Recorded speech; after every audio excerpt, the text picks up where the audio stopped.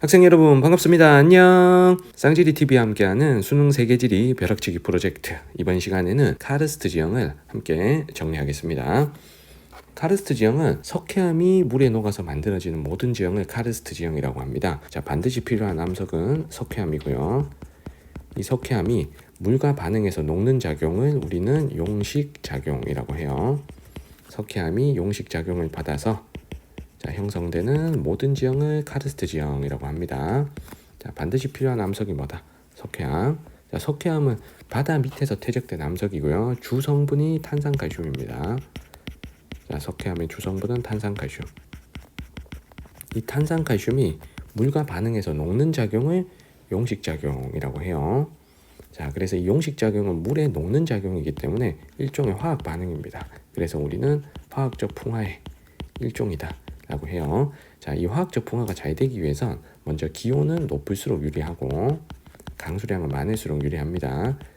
자, 물과 반응해서 녹는 작용이니까 따뜻한 물에서 더 잘 녹는 거죠. 그래서 일단은 기온은 높고 그리고 비가 많은 지역일수록 용식이 더 활발합니다. 자, 고온 다습한 환경에서 용식 작용이 활발하다라는 걸 좀 알고 계시면 좋겠습니다. 자, 그러면 구체적인 카르스트 지형들 하나씩 볼게요. 자, 먼저 지표면에 빗물이 고이면서 석회암을 녹이게 되면 이렇게 움푹움푹 녹아내린 지형이 만들어집니다. 이런 움푹 파인 와지를 우리는 돌리네라고 해요. 자, 빗물의 용식작용으로 만들어진 움푹 파인 깔때기 모양의 와지를 돌리네라고 하고요. 돌리네는 시간이 지나면 이런 식으로 규모가 커집니다. 규모가 커진 돌리네는 우리가 우발라라고도 합니다. 그래서 돌리네, 우발라 이 두 개가 움푹 꺼진 지형이고요. 자, 돌리네는 지하로 이런 식으로 빠지는 구멍들이 생깁니다. 이 구멍들을 우리가 싱크홀이라고 하고요. 이 싱크홀의 존재 때문에 돌리네는 싱크홀의 존재 때문에 자, 배수가 잘 돼서 자, 돌리네를 농경지로 이용할 경우에는 반드시 반동사를 해야 된다는 걸 좀 알아두시면 좋겠습니다. 자, 첫 번째 지형 돌리네를 했고요. 자, 두 번째 지하수에 의해서 석회암을 녹이게 되면 이렇게 지하에 동굴이 만들어집니다. 자, 이런 동굴을 우리는 석회동굴이라고 해요. 자, 지하수의 용식작용으로 만들어지는 동굴을 석회동굴이라고 하고요. 석회동굴 내부에는 이런 것들이 만들어집니다. 고드름 모양의 암석인 종유석, 그리고 기둥처럼 자라서 올라오는 석순, 그리고 종유석과 석순이 합쳐지면 이렇게 석주가 만들어지기도 합니다. 그래서 석회동굴 내부에는 종유석, 석순, 석주가 있다. 자, 이건 물에 녹은 탄산칼슘이 다시 침전된 결과입니다. 자, 그래서 우리 두 번째 석회동굴 했고요. 자, 세 번째 차별적인 용식과 침식으로 형성되는 두 지형 카렌, 탑카르스트 두 개를 볼게요. 자, 석회암 지대는 물이 지하로 빠지는 구멍이 존재하고 그 구멍 쪽으로 용식을 집중적으로 받다 보면 뾰족뾰족한 바위 기둥만, 상대적으로 용식이 되지 않은 바위 기둥만 살아남은 지형이 생깁니다. 이런 지형은 우리가 카렌이라고 하고요. 이거보다 규모가 더 크게 산봉우리 몇 개만 남아있으면 우리는 탑 카르스트라고 합니다. 탑 모양의 봉우리만 남은 지형을 우리가 탑 카르스트라고 합니다. 이 두 지형은 형성 원인이 같아요. 자, 차별적인 용식과 침식으로 자, 형성되는 지형입니다. 사진을 볼게요. 자, 이렇게 틈 사이로 물이 빠져 들어가면서 뾰족뾰족한 바위 기둥 형태가 남은 지형을 우리는 카렌이라고 하고요. 요거보다 규모가 더 크게 탑 모양의 바위산들이 남아 있으면 우리는 탑 카르스트라고 합니다. 요 카렌이 전 세계에서 가장 유명한 지역이 마다가스카르예요. 요거 좀 기억하시고, 마다가스카르의 자, 그랑칭기라는 곳 여기 기억하시고, 탑 카르스트가 전 세계에서 가장 유명한 지역이 사진에서 보이는 우리 베트남의 하롱베이입니다. 할롱베이. 그리고 내륙의 탑 카르스트 중에 가장 유명한 지역이 중국의 구일린 지역인 거 요것도 좀 기억하세요. 자, 그리고 마지막으로 우리 볼 카르스트 지형은 석회화 단구입니다. 오른쪽 사진에 나와 있는 이 지형이고요. 자, 뜨거운 단구야, 단구. 자, 뜨거운 온천수로 석회암을 녹이게 되면 탄산칼슘 전분이 물에 녹아서 경사면에 따라 흘러내리다가 이런 식으로 계단 모양으로 탄산칼슘이 침전된 지형을 우리는 석회화 당구라고 합니다. 자, 가장 대표적인 지형이 사진에서 보이는 터키의 파무칼레라는 곳입니다. 자, 여기도 좀 기억해 주세요. 자, 석회화 당구에 대해서 우리가 정리를 할게요. 자, 석회화 당구는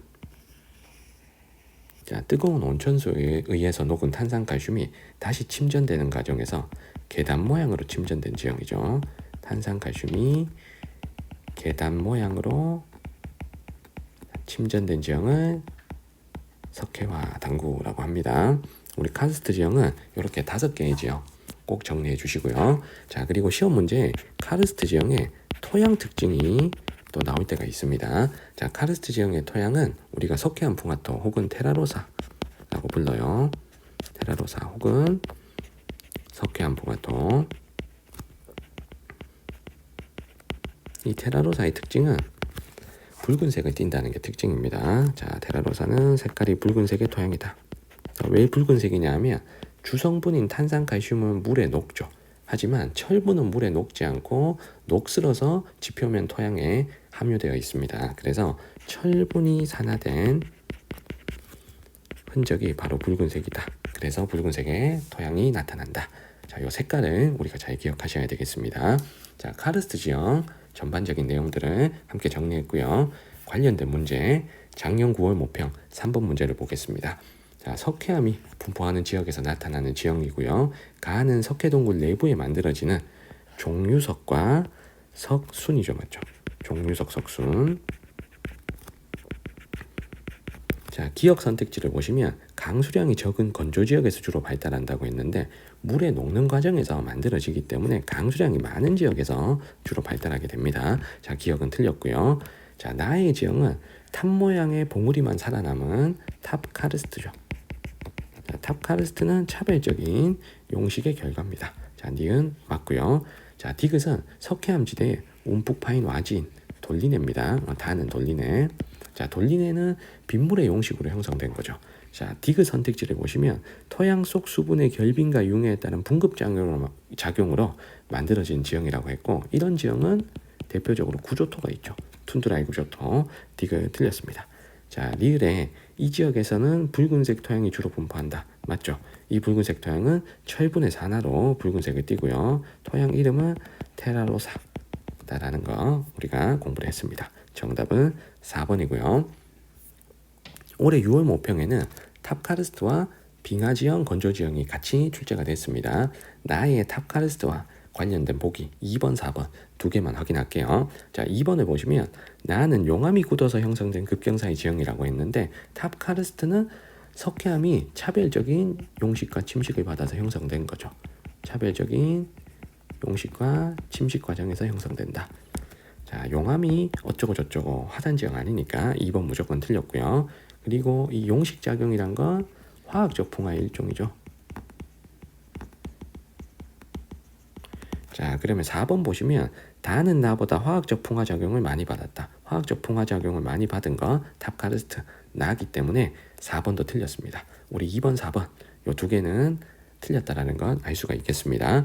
자, 나머지 3가지 보기는 다음 시간에 자, 빙하지형, 건조지형 정리하면서 마저 풀어드릴 수 있도록 하겠습니다. 자, 오늘은 카르스트 지형에 대해서 함께 정리했고요. 우리 다음 시간에는 빙하지형, 건조지형에 대해서 정리하겠습니다. 자, 질문 있는 친구들은 댓글 남겨주시면 잘 답변 드리겠습니다. 구독과 좋아요도 부탁드릴게요. 자, 오늘은 여기까지입니다. 여러분들 안녕.